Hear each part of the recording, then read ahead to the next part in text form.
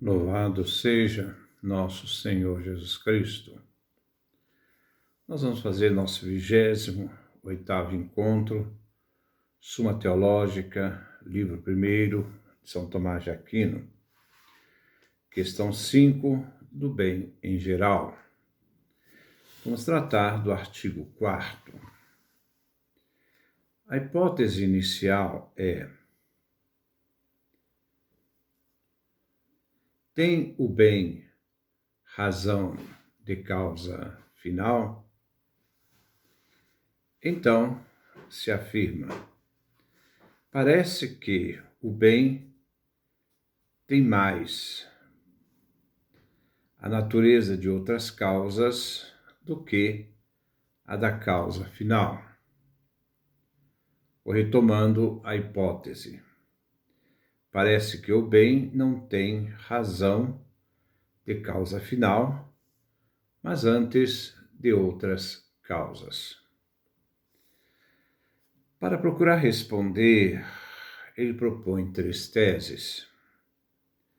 A primeira busca o argumento em Pseudo-Dionísio Areopagita, na obra Nomes Divinos, no capítulo 3, parágrafo 701c, onde afirma: o bem é louvado como belo. O belo implica a natureza da causa formal. Logo, o bem implica a natureza do belo. A segunda tese afirma que o bem é difusivo de si, como afirma também Dionísio Areopagita na obra Nomes Divinos, no capítulo 3, parágrafo 700a, onde se afirma: pelo bem é que tudo subsiste e é ser. Assim se conclui que o ser difusivo, o bem, ser que se difunde, o bem, implica a natureza de causa eficiente. Assim, o bem tem a natureza dessa causa eficiente. A terceira tese vem sustentada, vem tirada de Santo Agostinho, onde afirma que nós existimos porque Deus é bom. Então, se afirma que existimos porque Deus é nossa causa eficiente. Assim, o bem implica a natureza desta causa eficiente. Logo em seguida, ele traz uma antítese, que é o oposto às 3 teses afirmadas acima. Aristóteles, na sua obra Livro 2 da Física,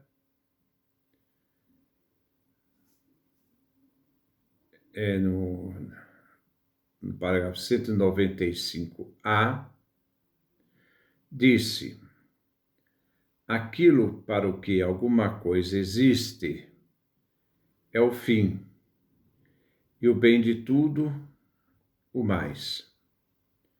Logo conclui: o bem tem a natureza de causa final. Diante da tese e da antítese, Santo Tomás de Aquino responde fazendo a sua síntese.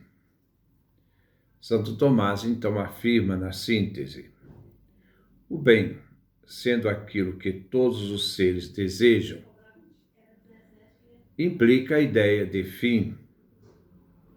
O fim implica esta mesma ideia de fim, mas também implica a de causa eficiente e de causa formal. Deve-se ver que aquilo que é primeiro em causar se torna último no efeito.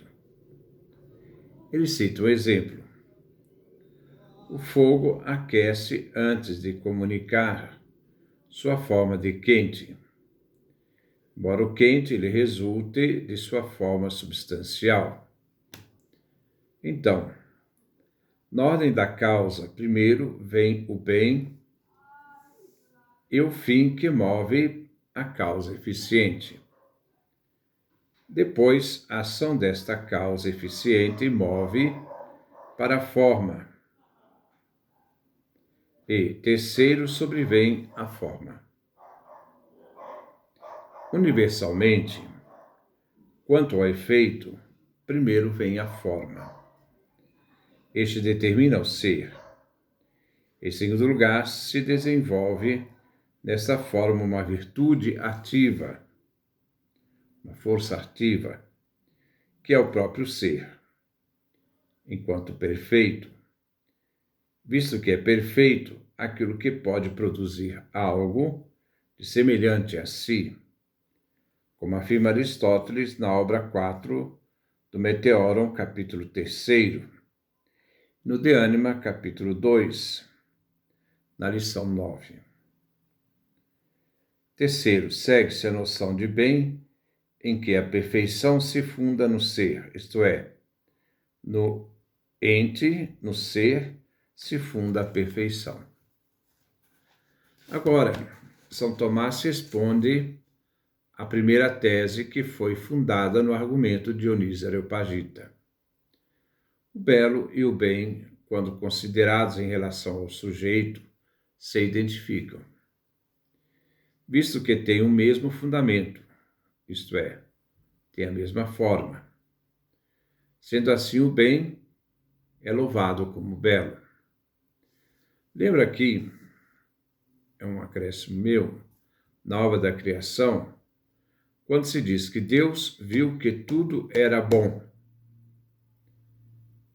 Se pode também ler: Deus viu que tudo era belo, porque Tov, em hebraico, pode expressar os dois, o bom e o belo. Mas, analisados racionalmente pelo intelecto, eles diferem, pois o bem se refere ao apetite de desejo, pois é o que todos os seres desejam, é a causa final. E tem função de fim. O desejo, o apetite, é como um movimento, que se move para a realidade. Não é um movimento de, mas um movimento para, em direção ao fim. O belo na ordem racional, intelectiva, diz respeito à capacidade da razão, a razão cognoscitiva, que se conhece através do exercício da mente. Pois belas são as coisas que, ao serem vistas, agradam, estética. Em razão disto, é que o belo consiste na proporção devida, visto que os sentidos se deleitam, agradam com os seres, devidamente proporcionados, como se lhes fosse semelhante.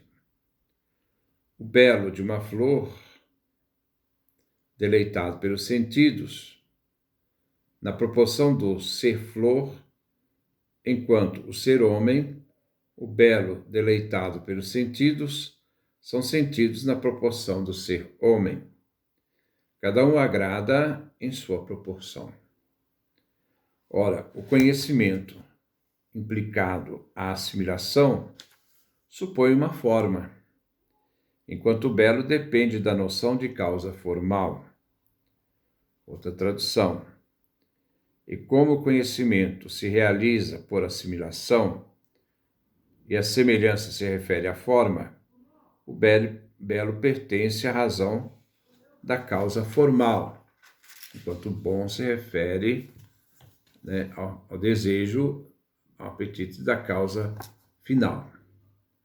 Ora, Santo Tomás responde à segunda tese inicial, que foi sustentada também, fazendo referência a Dionísio Areopagita. E São Tomás afirma que o bem é considerado difusivo, difusivo de si, no mesmo sentido em que se diz que o fim move. Depois, responde a terceira tese, que procurava sustentar sua hipótese. Tese esta que vinha fundada na argumentação de Santo Agostinho. Santo Tomás afirma: o ser que é dotado de vontade é considerado bom se a tem boa, isto é, boa vontade, porque por meio da vontade é que usamos de os nomes de todas as faculdades, sensitiva, especulativa, racional, etc. E por isso, não se chama bom o homem que tem bom intelecto, mas se chama bom o homem que tem vontade boa, visto que a vontade tende a atingir o fim como objeto próprio. Daí a expressão: nós existimos porque Deus é bom. Refere-se então à causa final. Então essa é a nossa reflexão. Depois vamos passar para o artigo 5º, da questão 5ª, quando São Tomás discorre sobre o bem em geral. Nesse artigo 5º, a hipótese a ser analisada é se a noção de bem implica o modo, a espécie e a ordem. Então, que Deus nos dê a sua graça, a sua bênção, sua face resplandeça sobre nós.